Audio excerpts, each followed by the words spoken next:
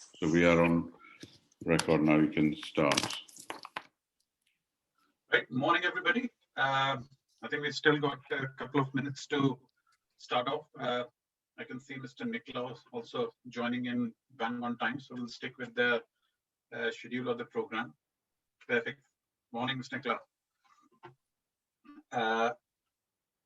We will be introducing right at the time of at 11 o'clock, because I think not everybody would be joining it. So just to introduce, we've been running this webinar series for the last 3-4 months and covering most of the core topics for trainees and for update for the rest of the orthopedic colleagues. And we finish off this year on a bang with the pediatric orthopedic management. And we've got a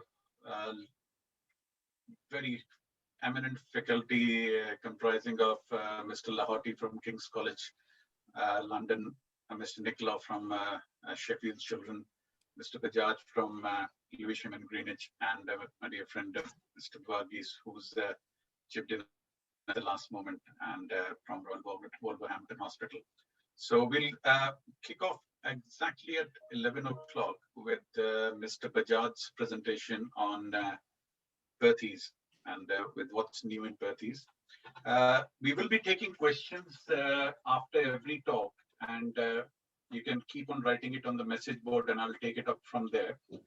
I would advise people to keep their microphones on mute so that we don't get a feedback, and we can catch up with the questions even later on. If you've missed out on an opportunity, we'll include your questions later on as well. So I think Manish has joined in as well. Yeah. Hi, good morning, Nitish. Yes. Hi. Well done, Manish. Welcome, all of you. Thank you. Yeah. It's going to be good. This is the last, but we have saved the best. Yeah. Yeah, okay. That's fine. Yeah, please. Thank you. Let's Lewisham and Greenwich NHS Trust. And I'm going to talk today about Perthes disease, what's new. So it was 1910 when 3 surgeons, the American surgeon, the surgeon from France, and surgeon from Germany, all independently identified a mysterious condition involving the growing femoral head and resulting in necrosis and deformation of the femoral head. Now, 110 or rather 11 decades have passed since then, and thousands of publications onwards. We still, orthopedic surgeons are challenged by 2 important questions. One, what is the cause for Perthes? And second, do we know the most optimal treatment for Perthes? And the answer to both these questions is no, we don't. And the second half of the question, what's new in the understanding of the etiology, pathogenesis, and management of Perthes disease? Is there anything new? And the answer to that is nothing much. We still believe that Perthes is an idiopathic hip disorder, and it produces ischemic necrosis of the growing femoral head. Considering the pathogenesis, we now believe that it's not a single absolute event, but it's actually repeated ischemia due to repeated microthrombi, which then causes infarction, but also gives time for side-by-side revascularization. So Perthes disease is also called the coronary disease of the hip. Now, classification is based on quantifying the disease during the active stage of the disease, like the Catterall and the Herrings, or describing the deformity at maturity, which is the Stulberg and the Mohs. And the most important of this is Herring, though in my clinical practice, I do not find it very important, but from the FRCS auth point of view, I think we should know. So very quickly, the Herring's classification based on the height of the lateral pillar. There's Herring A, where the lateral pillar is of a normal height. Herring B, when the lateral pillar is more than 50% of the normal height. Herring C, where the lateral pillar is less than 50% of the normal height. And to increase the confusion, we got Herring BC, where the lateral pillar is exactly 50% and it's very thin. So the management of Perthes, if you see the recent BIOS study, it suggests that there's no fixed protocols or pathways in the country to manage this condition. There's a varied practice across the country, and there's little evidence to support one method over the other. So obviously the mysteries fascinate the pediatric orthopedic surgeon, but I know we have a lot of trainees in this group who just want to know how to get out of a pediatric orthopedic Viva table in the FRCS auth. So I'm going to simplify the management, which would help you in basically from the FRCS auth point of view. So the management is, the question is, why do we need to treat this condition? It's a self-limiting disorder, so why treat it? The reason is to prevent a deformity of the femoral head, because once you have a deformity of the femoral head, you develop secondary osteoarthritis. So the management follows two important pathways. One, clinical pathway, which doesn't rely much on the X-rays. And the other is a radiological pathway, which is heavily dependent on X-rays, looking for head at risk signs, which I'm going to describe later, and the Herring's pillars. The clinical pathway is basically comparable to the analogy of a square peg in a round hole. So just as a square peg cannot move in a round hole, if there is a good range of movement, it reflects a favorable femoral head shape, and that means that the disease is progressing satisfactorily.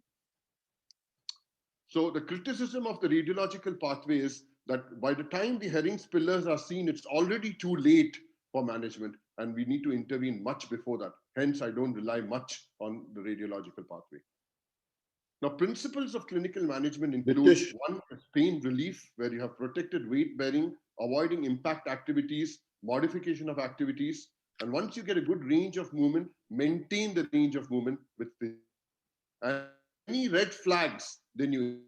So what are the red flags which make you intervene in Perthes disease? One, when the range of movement progressively decreases. So in your consecutive clinical follow-ups, you're seeing a decreased range of movement. Two, increasing episodes and duration of hip pain. And three, when you see head at risk signs. For me, head at risk signs is not just radiological head at risk sign as described by Catterall, but I have also got clinical head at risk signs, which I pay a lot of importance in my practice. The clinical head at risk signs are, which are the poor prognosticators, are the late presentation, which is Perthes after 8 years of age, the obese child, Perthes in a female child, a decreasing range of movement in the consecutive clinic follow-ups, and sometimes gross restriction of movement like an adduction contracture. So just for the sake of completion, the radiological head at risk signs are described by Catterall. The first sign is calcification lateral to the epiphysis, metaphyseal cysts, horizontal growth plate, lateral subluxation of the hip, and the gauges sign, which is a V-shaped radiolucency in the lateral aspect of the physis, suggesting a collapsed lateral pillar. So if there are red flags, then you need to intervene. The question is, what intervention do you need to do? Would you go in for a containment, or would you go in for a salvage? And this question can be only answered if you know what is the shape of the femoral head. So if the shape of the femoral head is spherical, you would go for containment. And if the shape of the femoral head is flat, then you have to do a salvage. The question is, how do we assess the shape of the femoral head? So you can assess the shape of the femoral head, sometimes MRI scans. The problem with MRI scans are, one, they are expensive. Second, you may need anesthesia to keep the child still in the scanner. And third, it's not a dynamic study. Therefore, the better way to assess the shape of the femoral head, which also allows dynamic assessment, is the EUA arthrogram. So it's examination of the child under anesthesia with an arthrogram. So you can have three scenarios here. You may have a normal hip with spherical, which is contained both in the neutral as well as in an abducted position.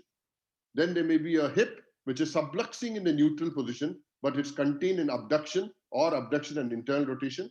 Or you may have a third scenario where you've got a flat, deformed head with a hinged abduction. And I'm going to describe hinged abduction a few slides later.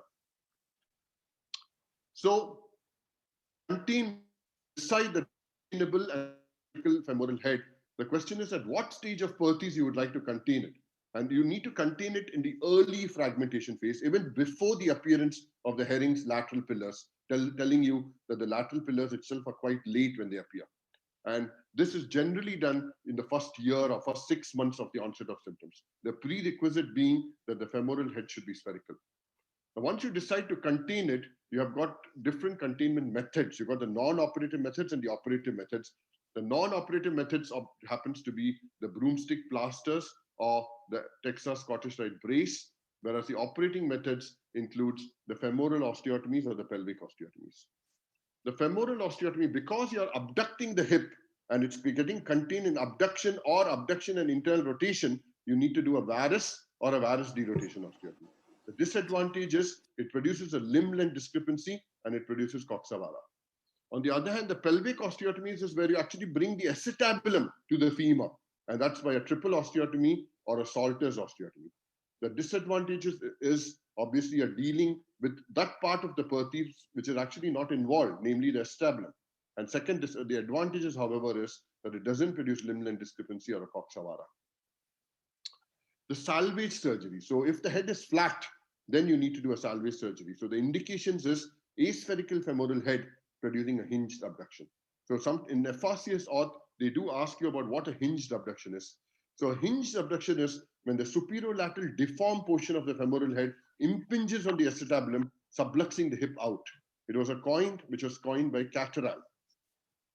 It's an intraoperative finding. So it's when you do an EUA arthrogram and when you abduct the hip, the deformed portion of the head hinges on the acetabulum and you see a medial dipool suggesting that the hip is subluxing out. So this is what you call as a hinged abduction. So what are the salvage surgeries you have? Well, you can do a chylectomy where you could knock off the deformed superolateral portion of the femoral head, which generally is not done currently. You could do a valgus osteotomy because you can see that the hip is congruent in adduction.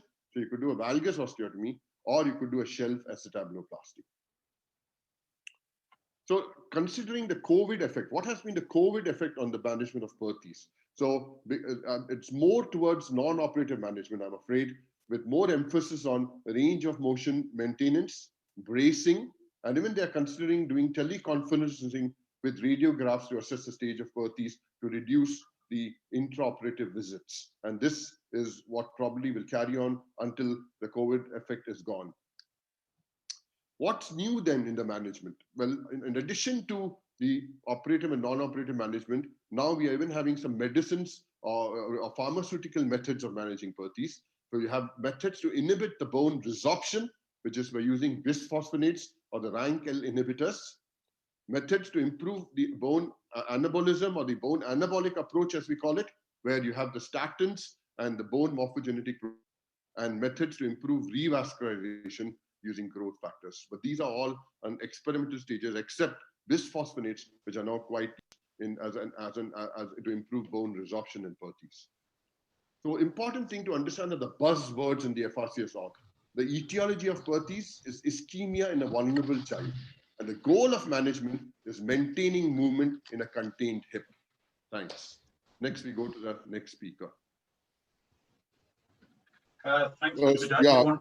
Yeah, sorry, I'm just going to add something basically with the role of the MRI, which is now, no, you need to allow me to share. Nitish, can you allow me to share? Yeah, sure. So the MRI, I did say that, recently, at least the perfusion scans are taking an important, in some areas are taking some precedence and people are doing MRI perfusion scans.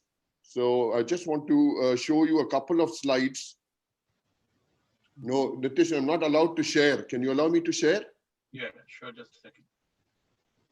So it's a gadolinium enhanced perfusion scans, which actually pick up Perthes much earlier, even earlier than the radiological pickup. So in some centers, they are being using these perfusion scans to pick up early Perthes. So I'm just going to share this. Yeah, can you see now? Yeah. Okay, so as you can see, they depict the extent of epiphyseal necrosis. They also tell you about some physeal disturbances, like there is sometimes a transphyseal neovascularity, which has a worse prognosis, and they can also sometimes pick up crescent signs much earlier than even the normal X-rays. So here you can see this was an 8-year-old child, and he had a gadolinium enhanced perfusion scan, and you see most of the epiphysis is non-enhanced, but you can see some enhancement in the lateral pillar, which actually is a good sign. And then you got this other patient. You can see that this was an 11-year-old child, right-sided hip pain, X-ray showing nothing. But if you look at the MRI scan, you can see the subchondral high signal, which again suggests that this is probably a crescent sign, and it tells you that this needs to be protected. And then you got this another child where you can see that there's a non-enhancement of most of the epiphysis, but the physeal vascularization you can see, which is a poor prognostic sign. So I don't do gadolinium enhanced MRI scan in my institute, but quite a large areas of Europe, they do it, and these are borrowed slides from them. So there is a role of the gadolinium enhanced contrast MRI scan, especially with subtraction in the early diagnosis and management of Perthes, even before radiological science. Thanks. Okay, we are open for questions with it now. Yeah, thanks a lot, Mr. Bajaj. We've got a couple of questions. One of them is, how do you decide whether to perform the osteotomy on the femoral side or on the pelvic side? So the answer to this question is one thing. Obviously, it's very much dependent on the individual surgical training and skill. So if you look in Birmingham, in those areas, they more go for pelvic osteotomies. But if you go down south, we do more femoral osteotomies. So it's very much dependent on how you are trained and what you are comfortable with. But of course, when you come to late Perthes, when you're doing salvage surgery, then it's more likely that you would do something on the established slide, like a shelf procedure, for example, to accommodate an extruded femoral head, because we don't do chylectomies anymore. Unless you find that the hip is very congruous in adduction, there is some amount of abduction left, then you can do a valgus osteotomy. So it depends on the stage of the Perthes, and it also depends on the individual expertise and the training of the individual surgeon. On the chat box, there was another question about the bracing, but I think Mr. Niklaus added answer for that, and he's also included, kindly included a reference for it. Correct. And I think the next talk is by him, and Mr. Bajaj would like to introduce him. I would just like to let the trainees and whoever is the rest of the faculty, also the rest of the participants, there are going to be a lot of references in this, and they're really nice recent references, and do keep a note for it. It will be really helpful for your exams. Let Mr. Bajaj introduce. I got great pleasure introducing my friend Nick Nicolau. We did our Pediatric Orthopaedic Fellowship training together at Sheffield. We had a wonderful time there, Nick. I'm sure you remember that. So I'll give the dais to you now, and we could start on the concepts, a very important topic, the current concepts in trauma, pediatric trauma management, which is quite topical in the FRCS art. Okay, we'll start with Nick. Now. So current concepts in pediatric orthopedic trauma.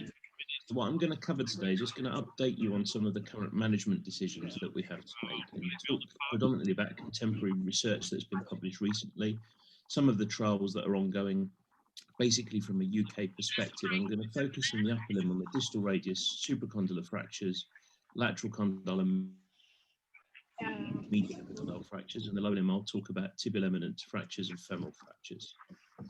So to start with supracondylar humerus fractures, one thing we have become very aggressive, I think, in the management of the type 2 supracondylar fractures. So this article published this year from a group in the US in the JPO looks at remodeling in the sagittal plane after supracondylar fractures, and basically looked at the assessment of the changes of the capitulum in relation to the anterior humeral line at the time. And they looked at 41 children, and 60% of them fully remodeled the type 2 deformity. And in particular, if the kids were less than 5 years of age, it remodeled fully, less likely as one would expect in those than 8 years, older than 8 years. And what this basically shows is that the remodeling occurs literally by the capitulum growing away from the shaft of the humerus distally. So we can expect some degree of remodeling, particularly if the children are younger, perhaps an argument for not treating these with anything more than flexion in a plaster. But I add to that a disclaimer. This is an example of a type 2 supracondylar fracture that's been managed in a cast. And you can see this child's ended up with quite significant cubitus varus. So I'll say to you as a disclaimer, rotational and coronal malalignment with supracondylar fractures do not correct. And that is my daughter when she was 3 years old. She's now a teenager. Another good piece of work comes from the group in Boston. And what they looked at was a retrospective series of all of their non-iatrogenic nerve injuries after extension type supracondylars. And the findings were quite interesting because it's a big series of patients. It's over 240. And what they found was 90% of all injuries, as you would expect, had recovered by 6 months following the actual trauma itself. And that median nerve injuries recovered quicker than radial nerve injuries, probably because the force of injury that occurs with the radial nerve injury. They did explore some injuries, but only did this when there was associated vascular injury or they required an open reduction, in which case the nerves were decompressed. But basically what this article confirms is that recovery is probably a little bit quicker than we generally thought, and there is no evidence from this study to support early exploration for full nerve injuries in patients with supracondylar fractures. If we move now to medial epicondyle fractures, this is one of the most controversial topics in upper limb trauma in the pediatric population because there is equipoise. You'll find differences between hospitals in terms of how they're managed, even within units. And the only real absolute evidence-based surgical indication is if there is incarceration of the fragment within the joint. What we know about the comparison of operative and non-operative management is that if you treat these non-operatively, there is more non-union than with operative treatment, although non-union is rarely symptomatic. There is evidence that surgery gives a quicker return to sports, in particular upper limb, and there is also evidence that stiffness is no different in either age group. You can use K-wires or screws. There is no evidence that one is better than the other, although if you do use a screw, don't use a washer. This is more likely to lead to need for metalwork removal. We should have the answer soon. There is currently in the UK the science study, a prospective randomized superiority trial comparing operative versus non-operative management that has a target recruitment of 334 patients, and it looks at 7 to 15-year-olds who have had an injury that doesn't include dislocations with an incarcerated fragment, but does include those where it's not incarcerated after reduction of the dislocation. So far, over 90 patients have been recruited, so we should very soon have an answer to that question. And as well as supracondylar fractures, distal radius fractures, again, over the last decade, my feeling is that we've become more aggressive in treating them surgically. And this is very different to how things are managed in other continents, particularly in South America. We know from data recently from North America that a lot of these will remodel, as well as looking at a lot of historical trials and studies. So here's an example of a fracture with bayonet apposition of the radius and the ulna. It's just managed with casting without any loss of conscious, without any unconscious sedation. And you can see bottom right, by 6 weeks, it's healed, and by 8 months, it's nearly fully remodeled. So has the pendulum swung too far? Well, we should find the answer out to this as well, or work out if there is a difference between surgery and non-surgery because of the CRAFT study, which is another multi-center prospective randomized non-inferiority study looking at 4 to 10-year-olds with a fracture of distal radius that basically the surgeon thought they'd done in surgery. The study's only recently started and already 30 patients have been recruited. All studies in the UK with trauma are obviously struggling because of the impact of COVID. If we move to the other side of the elbow, the lateral condyle fractures, there are 2 areas of controversy here.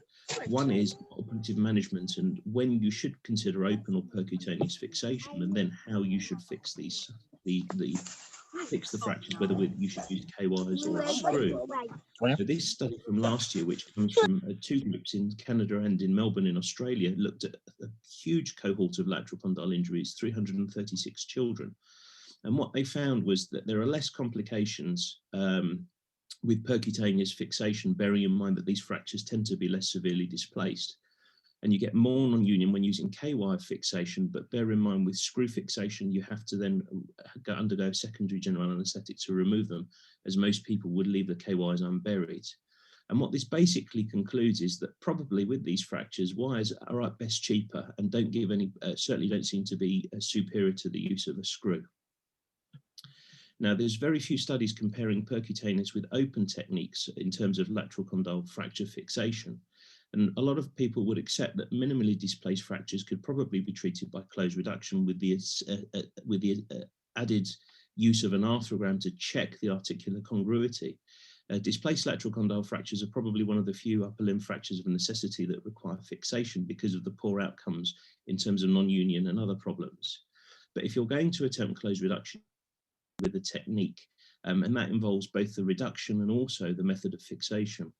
If you are going to treat them non-operatively, bearing in mind that you can manage most 1 and possibly 2 categories of fractures non-operatively, you should x-ray them weekly and take the arm out of plaster to do an AP and lateral and internal obliques if you think they're going to be of benefit.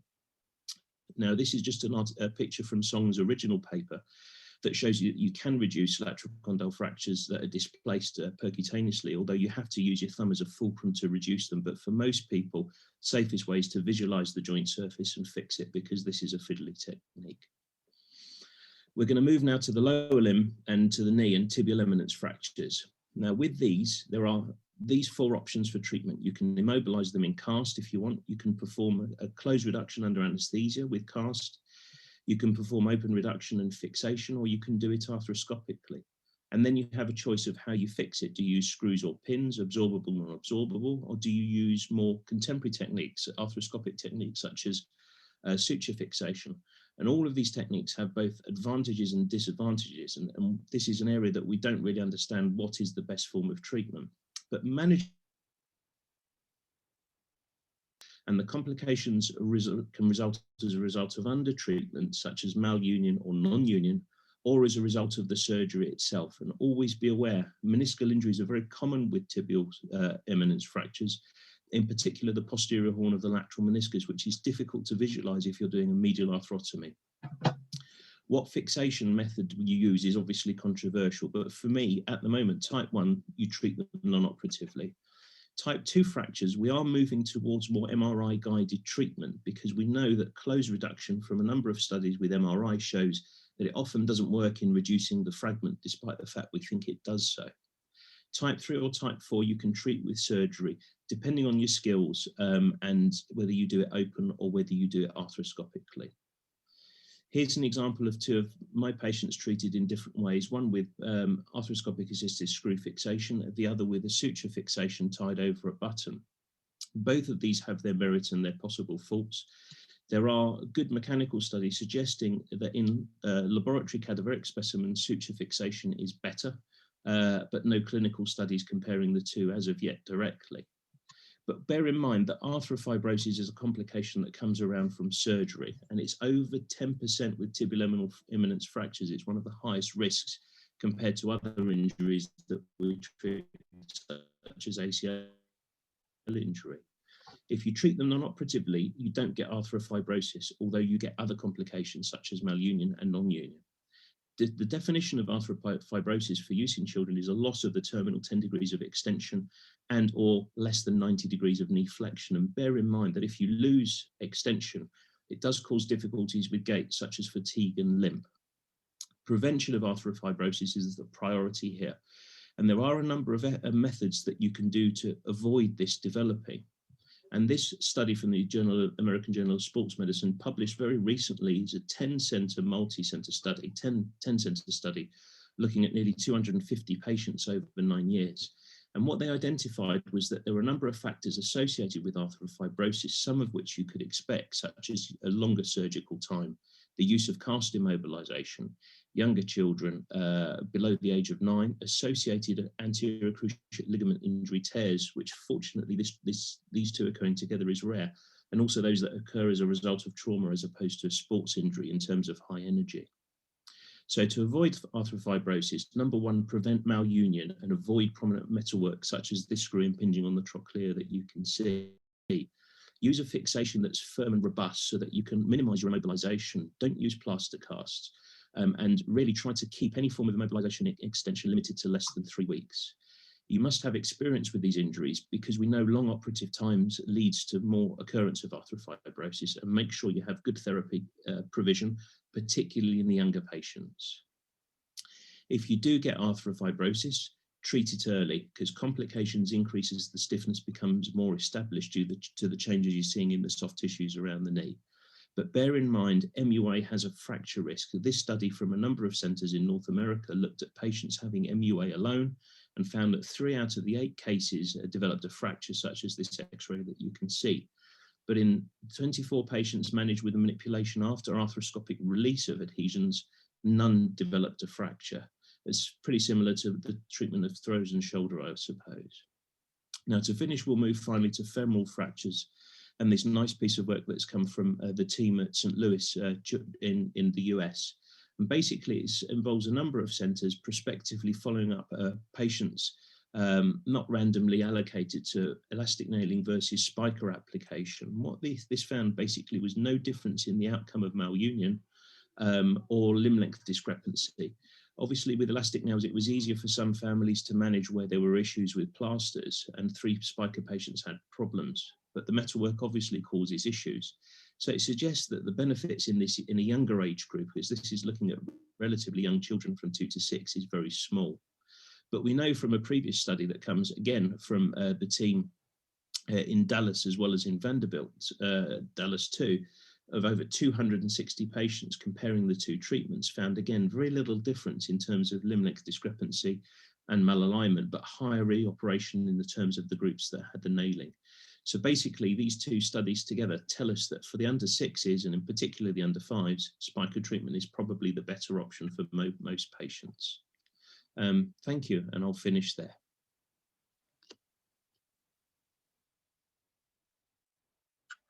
Thank you, Mr. Nicola.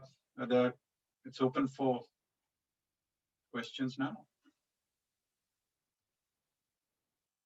I think Mr. Nicola has already answered the question. I know most of the questions live, so things have been going as we speak. So we'll move on to the next talk.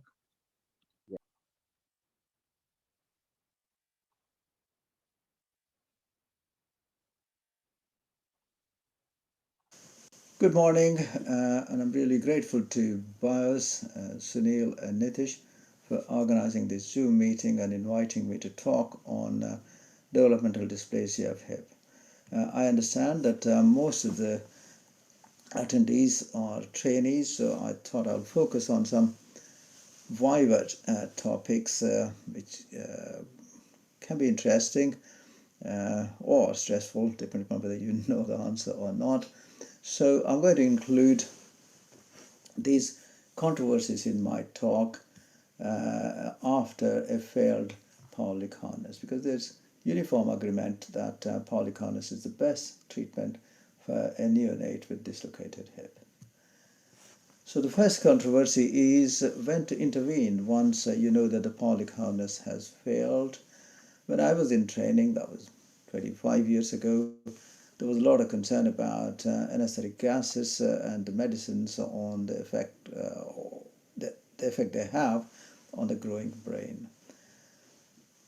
And gradually that has faded away, and now we rarely talk about it. But although some parents have concerns, majority probably wouldn't know unless you start discussing that aspect.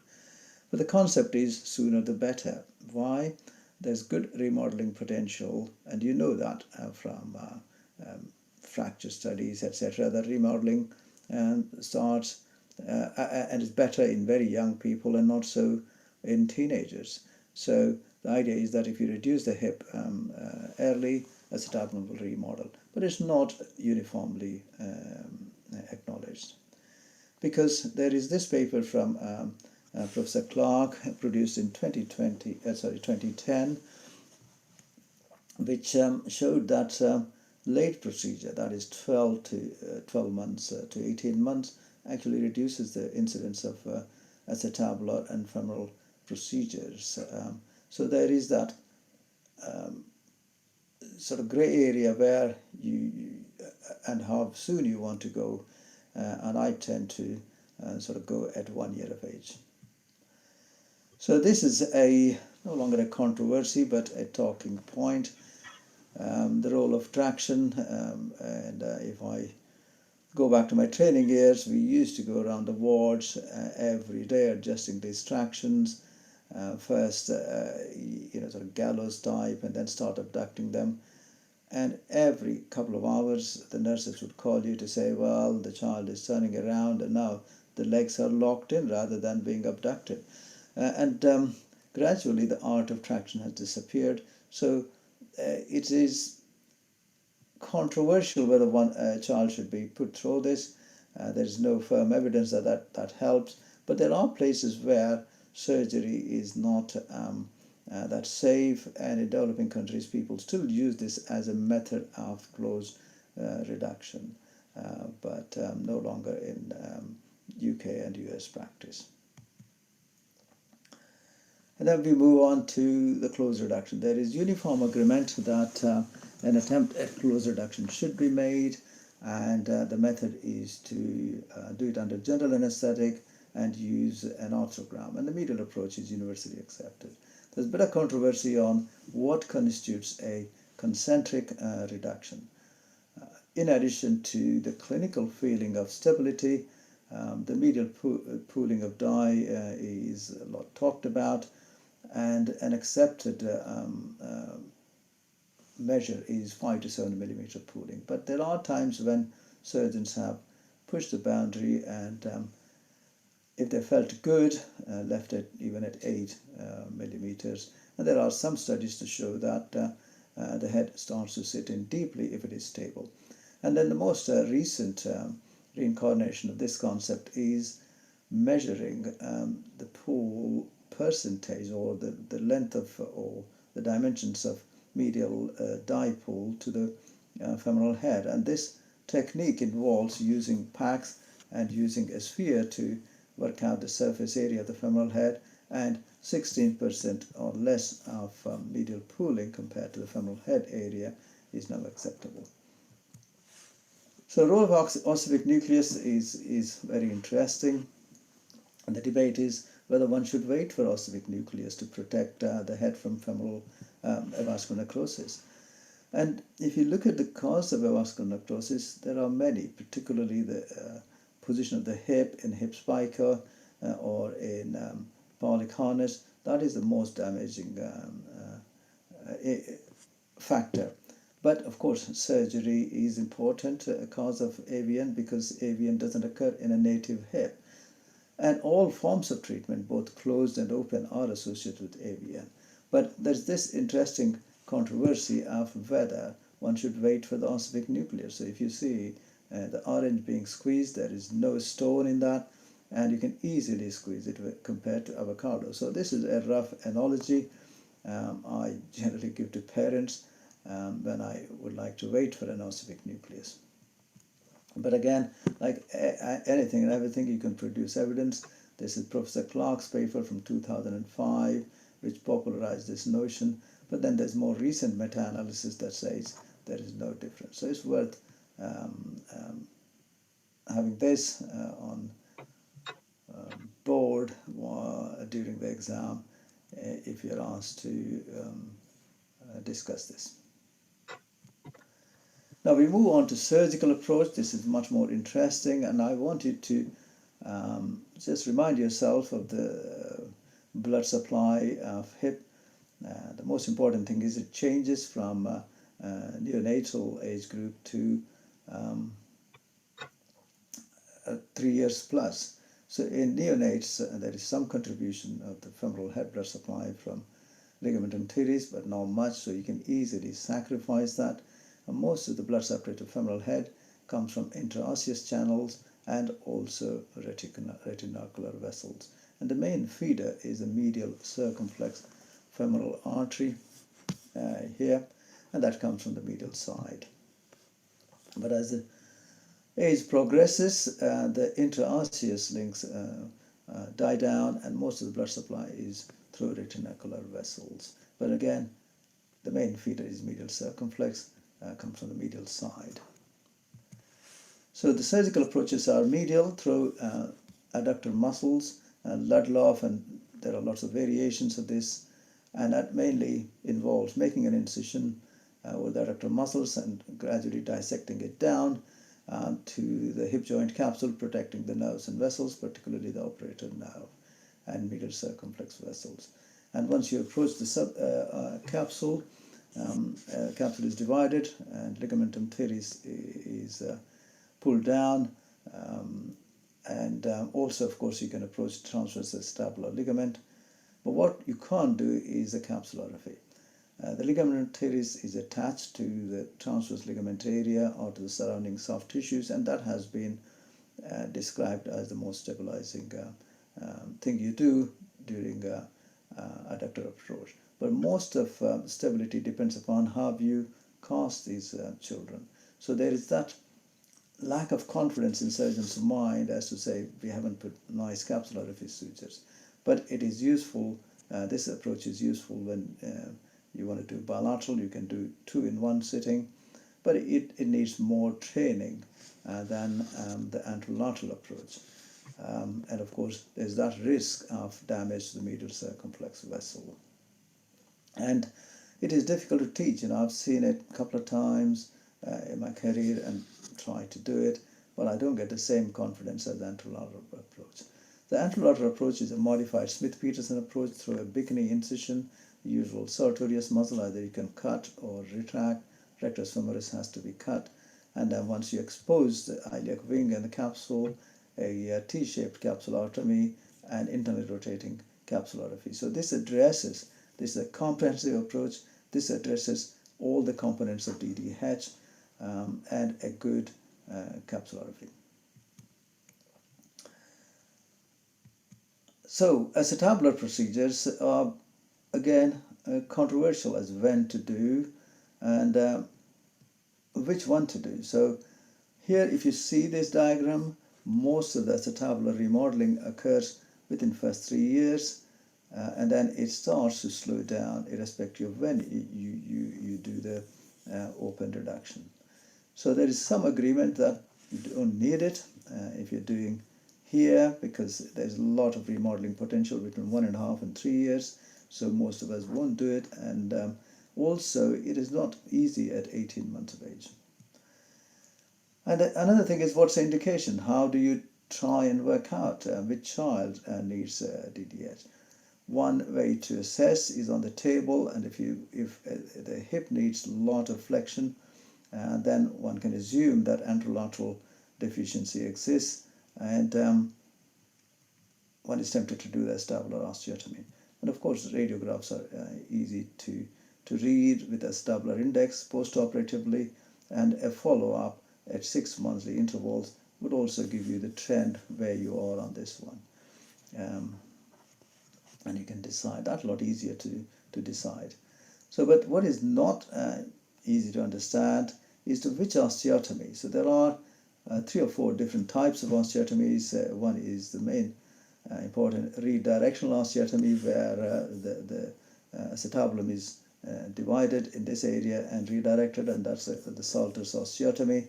And another one, much more popular these days, is the volume reducing. So if you imagine an open cup, you are going to create a situation where the roof is wrenched down. So this is my Dega osteotomy, and there is also Pemberton, and they take advantage of the suppleness of triradiate cartilage, and the osteotomy is carried right down to it, and then this segment is wrenched and held with bone graft.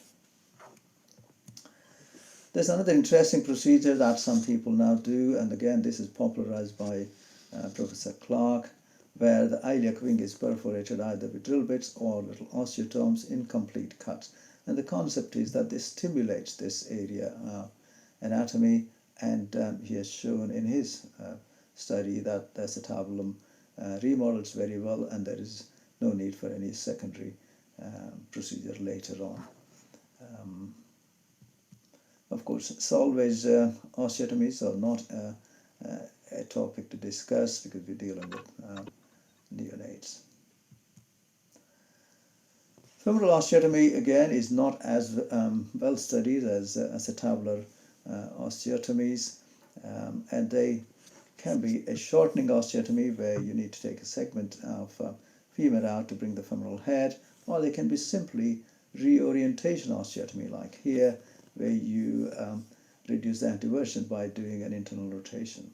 And Varus is mainly limited to cerebral palsy type of work.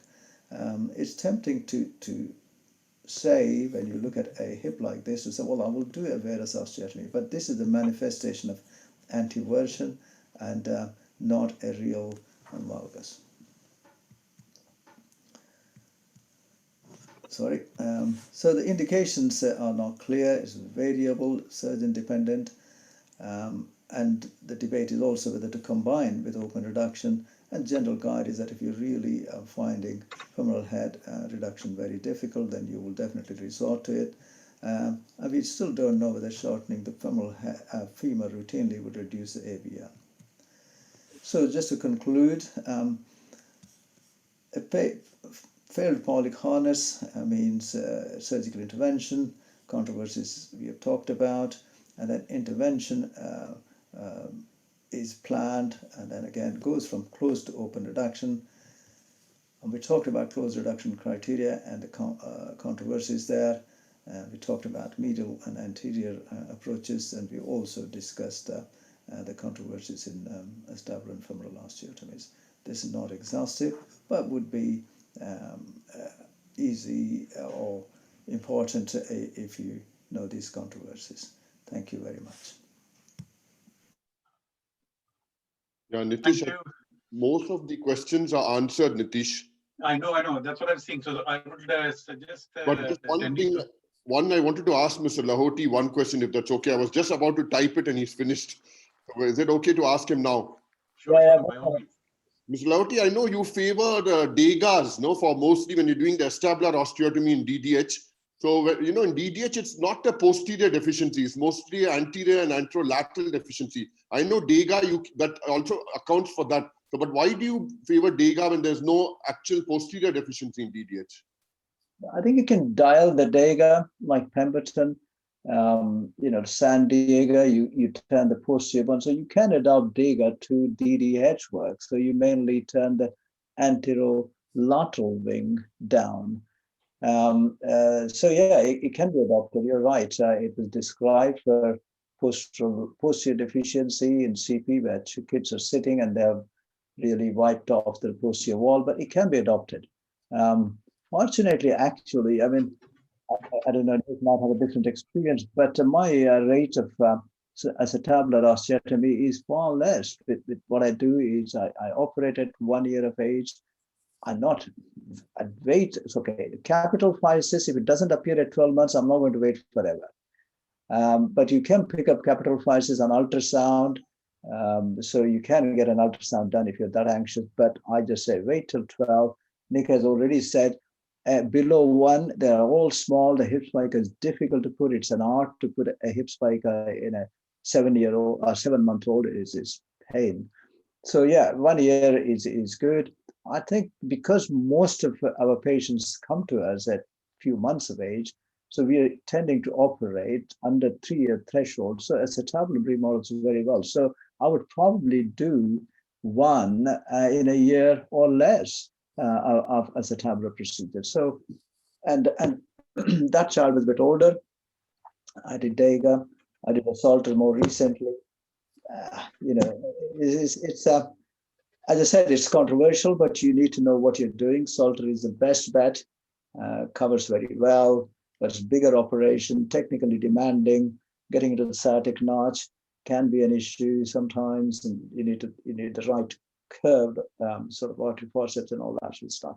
So Dega is a lot easier, but does the job if you mainly use the anterior one.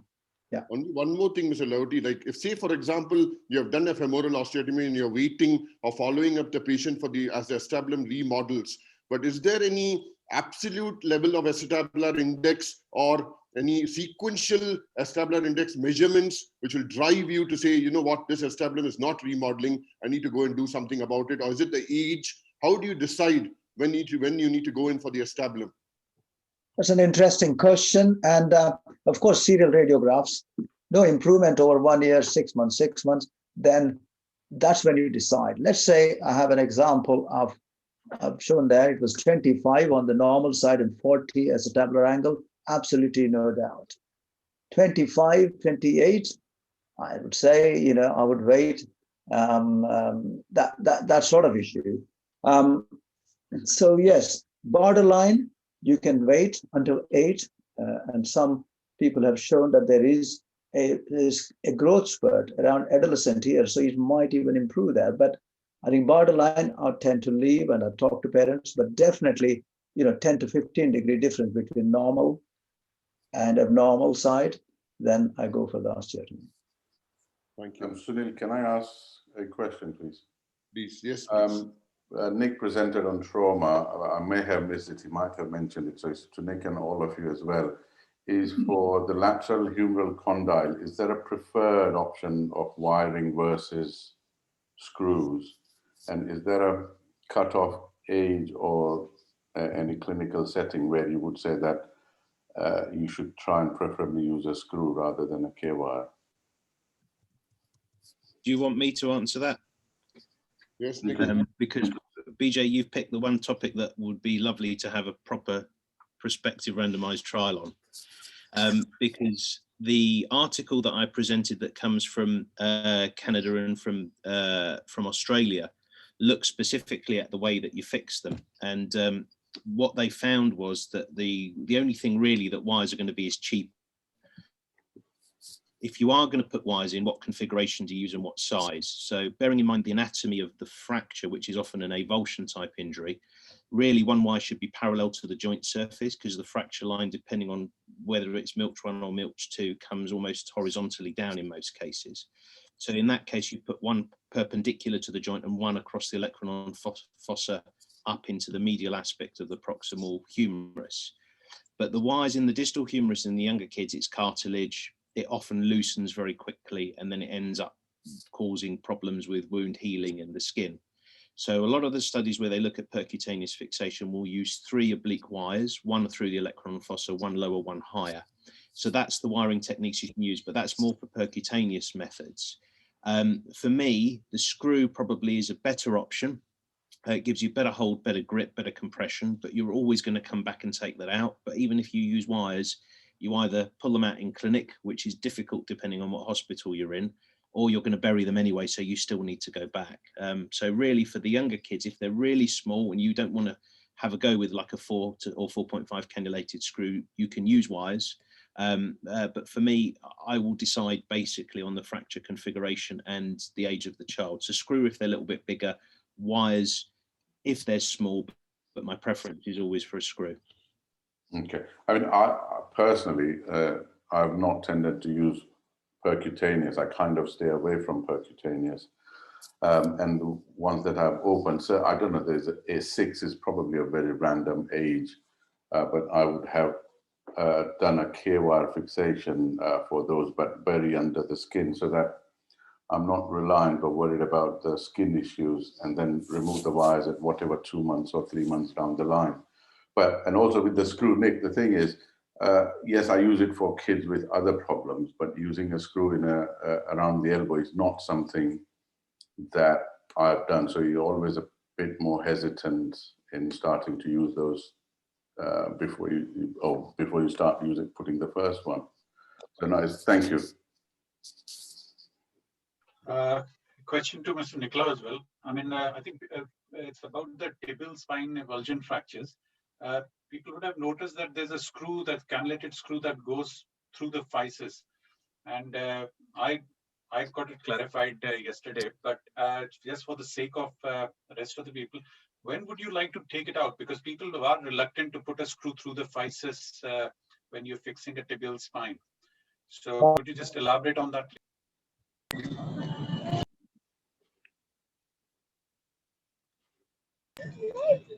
Can you see me and hear me? I think Mr. Chukwuka has got his microphone and his video on. Okay, so the key thing with the studies about the way you fix tibial spine fractures, tibial eminence fractures, as we should refer them as, is that the biomechanical studies are the only studies that have compared, because all the systematic reviews and meta-analyses have such small numbers, they've not been able to identify a difference.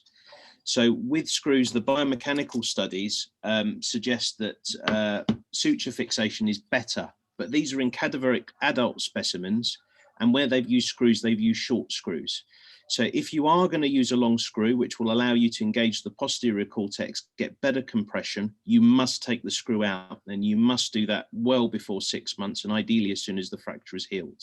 Otherwise, you will cause a complete growth arrest of the proximal tibia. So bear in mind, if you are going to use a screw in that situation, you're going to struggle to find it, even if you're aiming to remove it after a few months. It gets covered by the footprint of the ACL, and then you're going to have to dig around. So what you can do is, if you're going to use a washer, for example, is tie a little bit of suture around the screw head, like a non-absorbable proline with a good few knots, and then you can find that suture and follow it down to the screw head when you go back to remove it. If you're doing it open, it's less of a problem, obviously. But screws, you can put them just in the epiphysis. The problem that happens with most people is when they're doing it arthroscopically, because the knee's swollen and when you flex it, it displaces. Most people will put the screw in very obliquely in terms of the angle. So it's almost horizontal where you don't get compression. So the difficulty is getting your fixation, like any fracture fixation principles, perpendicular to the plane fracture. And to do that, you're going to have to be able to flex the knee fully and hold it reduced while you put your guide wire in if you're using a screw. So these are the technical things that prove difficult. The one problem with tibial spines that I see with cases that come for a revision, or if they're problems, is when people are putting cannulated screws in arthroscopically, they'll often drag the screwdriver or the screw along the trochlea medially, and that you must avoid because that will cause problems later down the line. Thanks a lot, Mr. Nicola. Before we move on to the next presentation, I just want to mention that there's a link going to be pasted on the chat box regarding the feedback for this meeting. And I would appreciate if all of the participants could take some time to fill it up as well, please. And yes. It's not just the feedback, this will also generate a certificate of attendance to this meeting. So there is a bit of a carrot at the end of the stick. And it's important that we know what we need to do in the next series of webinars that we're going to do. Thank you, Nitish. Right, so we move on to the next talk, or the final talk by Mr. Bobin Wagis. I really need to thank him because he pitched in at the last moment, gave him a very short notice, and is Good morning. This is a talk on slip capital femoral epiphysis. It's an update for the FRCS exam candidates. I'll talk of this as slip from now on. The name itself is a misnomer, as the epiphysis does not slip. It is the metaphysis that slips, and the epiphysis stays in the acetabulum. The neck rotates outwards and is displaced anteriorly and laterally. Valgus slips are rare. The outline of the talk will be as per these headings. The incidence is approximately 2 per 100,000. It varies with sex, race, and geography, though. Male to female ratio 3:2, and there is an increasing trend for this in obese individuals. The age distribution is typically around adolescence, with a higher age for boys. We should suspect an underlying problem if the child effect is less than 10 or above 16 with an open physis. Bilateral involvement is seen in up to 65% of cases on long-term follow-up studies. 20% present with bilateral involvement and 20% present with them later on. About 80% of the bilaterals develop within 18 months of the initial. Higher risk in the risk group mentioned earlier. The etiology is unknown, though there are some factors which are associated with it. These include mechanical factors like thinning of the pericondylar ring, absolute or relative retroversion of the femoral neck, increased inclination of the adolescent proximal femoral physis, endocrine factors like abnormalities in thyroid hormone and growth hormone, and chronic renal failure with secondary hyperparathyroidism. The layer involved in the slip is the hypertrophic zone of the physis, and this is the same zone as that in injuries. The pathology, apart from the displacements discussed, involves stripping of the periosteum from the anterior and inferior surface of the neck, and this forms callus. The anterosuperior part of the neck forms a little hump or a ridge. This may remodel in the younger child, but can impinge on the rim. The typical presenting feature is an adolescent complaining of knee, thigh, or hip pain, and this may have been going on for some time. They may be weight bearing or non-weight bearing, depending on how stable it is. And examination shows obligatory external rotation with flexion, as well as a limitation of flexion abduction and internal rotation. Chronologically, the classifications of three types. Chronological classification involves acute, chronic, and acute and chronic. The acute being less than 3 weeks, chronic more than 3 weeks, and a mix of two for the acute and chronic. The functional classification, as described by Loader, is based on the ability to bear weight with or without crutches. They are stable if they can and unstable if they can't. Morphological classification is based on the degree of displacement, mild, moderate, and severe.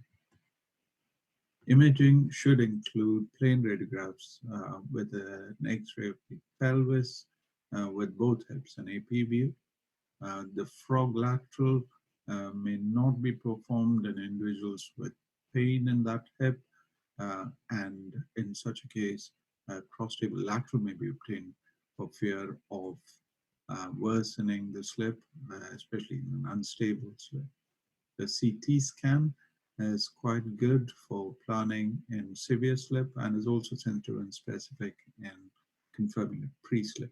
The MRI scan is useful in assessing the vascular state of the hip, and it's sensitive to assess the callus and remodeling. The plain radiograph here does demonstrate the slip, and this is better visualized on the CT, where the axial plane deformity is visualized much better. The planning can then be performed with the aid of the CT. The MRI, as I mentioned before, is better to assess its vascularity and for detection of early slips.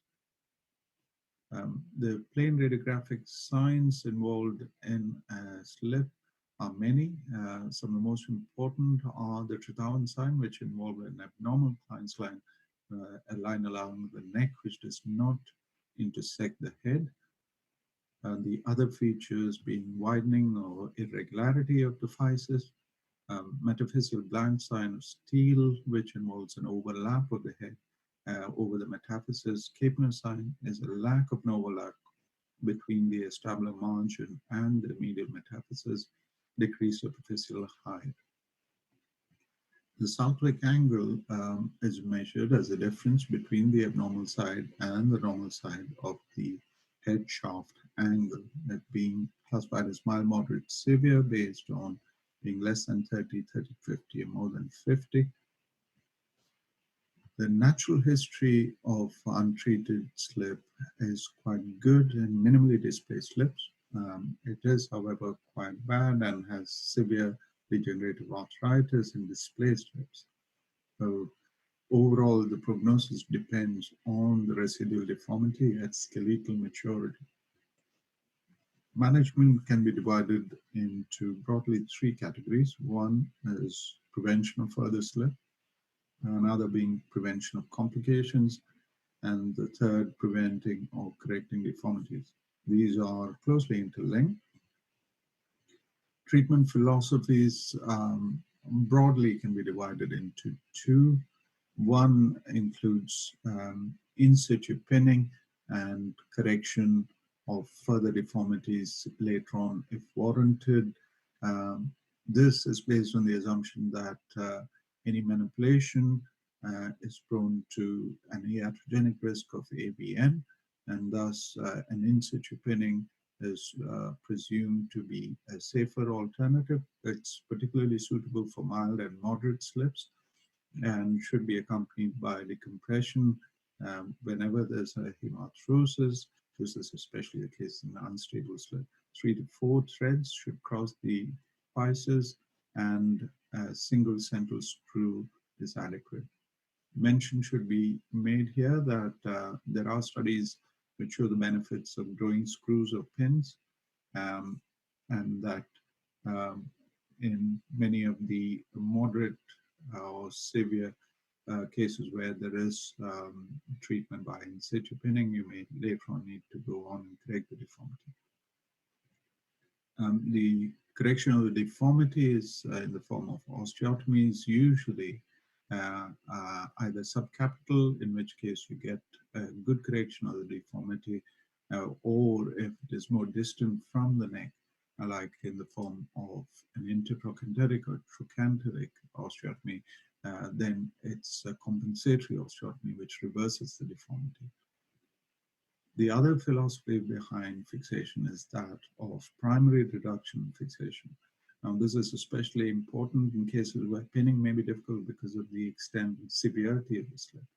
Subcapital osteotomy needs to be performed to reduce it safely, along with supplemental internal fixation. The iatrogenic risks of AVN are not low, but have been demonstrated to be low in experienced surgeons, so there is a big learning curve involved. There is some conflict regarding the timing of surgery, whether it should be done as an urgent or a delayed case. There is some consensus that this could be done early within the first day or so, or then delayed for a couple of weeks. The method of an osteotomy with reduction involves exposure through a GANS safe surgical dislocation. It allows for the dislocation of femoral head, preserving its blood supply. The deformity can be corrected and pecora, thus returning it to its normal anatomy. Entire hip can be easily inspected. And this is based on the blood supply to the head and trying to preserve the structures along the posterior neck. The supply to the head is predominantly through the lateral retinacular vessels, which are branches of the medial circumflex femoral artery. As an example of a surgical dislocation treating a severe slip. As you can see, the head has been dislocated with the neck with a couple of wires placed in them to prevent any further movement, and the head can be seen as being vascular there. And completion of surgery reveals nearly normal anatomy there. Problems with slip are avascular necrosis, chondrolysis, limb discrepancy, reduced range of motion, high trochanter and the Trendelenburg gait, and impingement. Prophylactic pinning of the contralateral hip is particularly important in conditions with endocrine or metabolic abnormalities, and in children less than 10 or older than 16 with open physes. In any case, detailed discussion needs to be had with the family regarding treatment of the opposite side. There are multiple screw-related complications that have been reported. These include intra-articular penetration of the screw and the risk of chondrolysis, failure of physeal fusion, progression of the slip in spinal fixation, fracture of the implant and the bone at the insertion site, undue prominence of the screw causing loosening. Long-term results of treated slip are good with in situ pinning if there are no intraoperative complications. Remodeling is seen if this has been done before the triradiate cartilage has been closed. The intertrochanteric or Southwick osteotomies use an anterolateral wedge to correct the deformity away from the cora, and as such it reverses the deformity of the proximal femur. It is used in slips where the head shaft angles are between 30 and 70 degrees. It does, however, complicate later total hip replacement. AVN of the head is a dreaded complication with reports up to 80%, though most reports are in the range of 25 to 50%. These are difficult to treat, and sometimes the surgical options may be proximal femoral osteotomy to improve the congruency, hip arthrodesis, and then hip arthroplasty in incongruent joints. Bisphosphonates have been tried to prevent AVN or loss or worsening of the shape of the head. Vascular necrosis is the common cause for hip arthroplasty in slip. Thank you.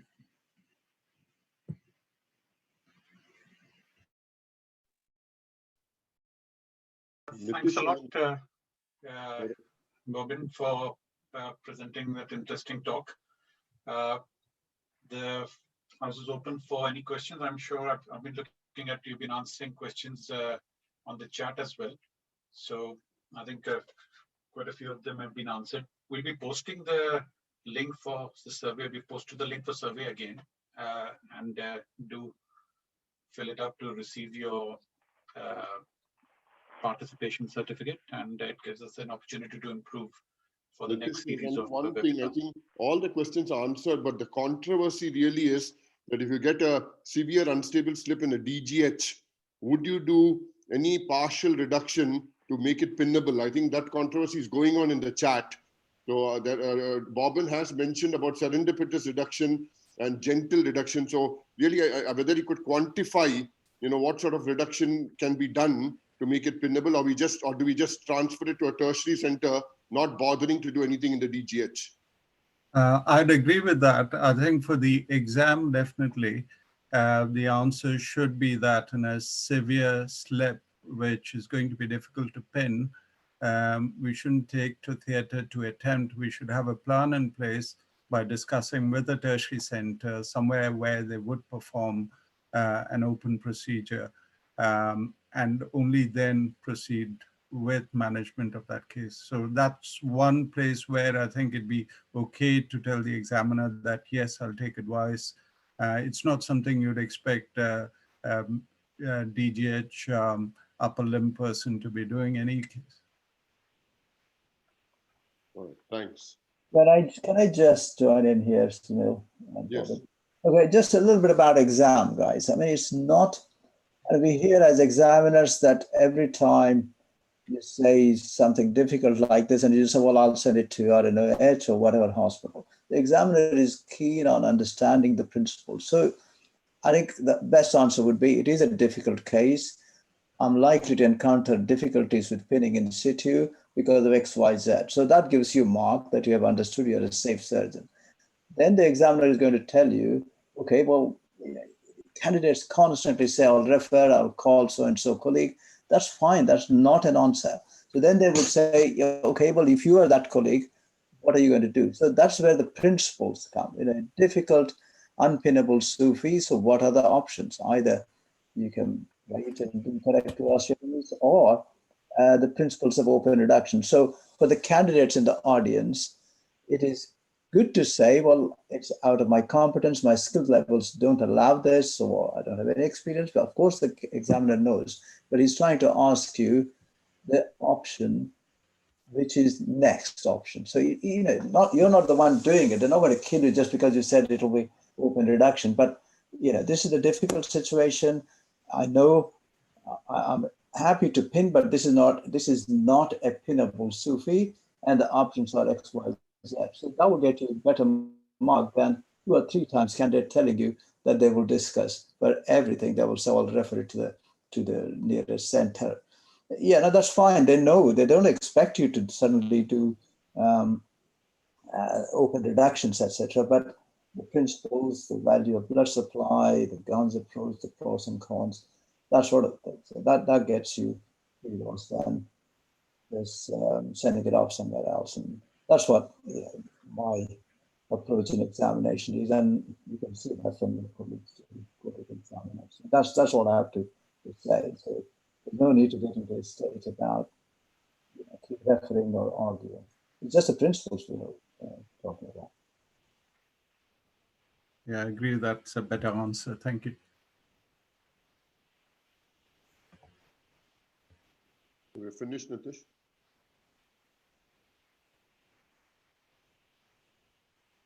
Yeah, I think you are on mute, Nitish.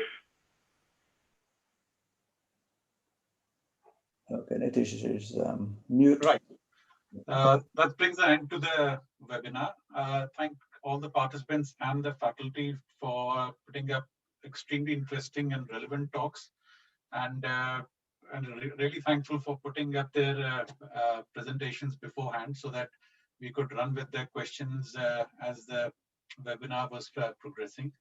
At one point, we had about 82 to 83 participants, on an average being about 75. which is an extremely good number. Again, I think there's some issues with the certificate, but I will work around that. But do fill up the feedback form so that we get we'll get some information as to how to improve for the next time, or to how to tailor our talks. And thanks a lot once again. So have a happy New Year and Merry Christmas and a COVID-free 2021, hopefully. Thank you, everyone. Thank you so much. Nitish. Manish, I'd like to thank everybody, including Nitish. And guys, the pediatric team, you can get the gold medal of this current series of webinars with the most attendees topping at 84 plus. So well done. I'd like to thank Manish, especially for his input. Of course, the whole of the EdCom and the EC committee for putting this together. And I think the feedback has been great. We are looking at the feedback and what we can do. Now, unfortunately, regarding the certificate, this is the best we've been able to do. I cannot, or as a society, cannot give individuals certificates. We do not have that manpower.